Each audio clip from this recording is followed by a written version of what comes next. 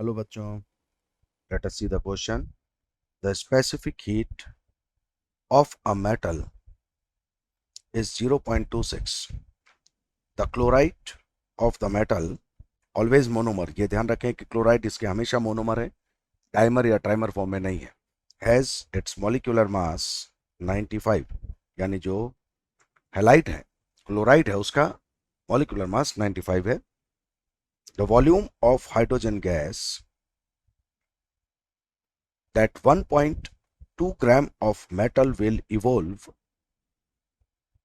at 0 degrees Celsius and 1 atmosphere if it is allowed to react with excess of an acid is.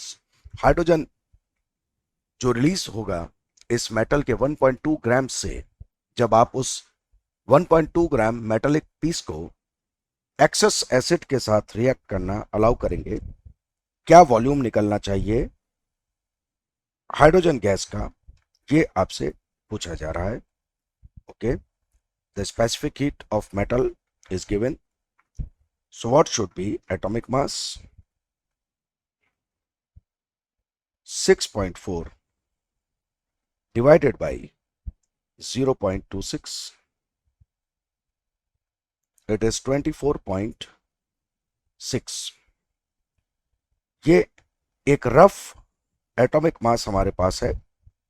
हम accurate atomic mass निकालने की कोशिश करेंगे. Metal chloride में जो मास, molecular mass है, वो है 95.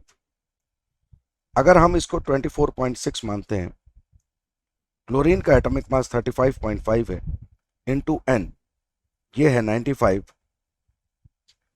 अगर एन की वैल्यू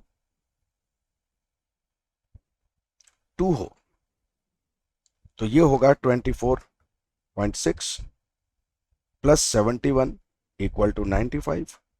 यानी हमारे पास एग्जैक्ट एटॉमिक मास आता है 95 माइनस 71, दैट इज 24. यानी हम इस एलिमेंट को पहचान रहे हैं, ये एलिमेंट मैग्नीशियम है. ओके, क्या होगा जब आप इस मेटल को एक्सेस एसिड से रिएक्ट कराएंगे?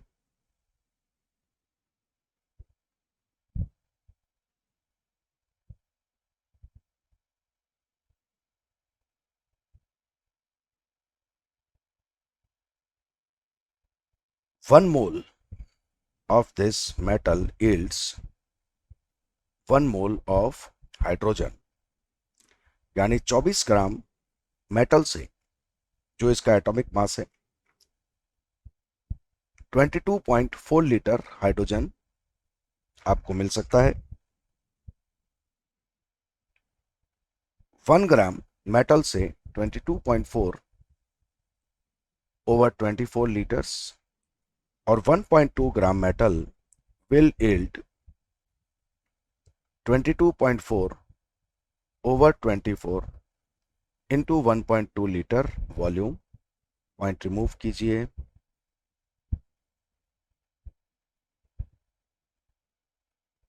11.2 divided by 10, that is 1.2 liter. This will be the volume of hydrogen जब ये मेटल एक्सेस एसिड से रिएक्ट करेगा. So which option is correct? Option B seems to be correct. I hope you understood. Best of luck.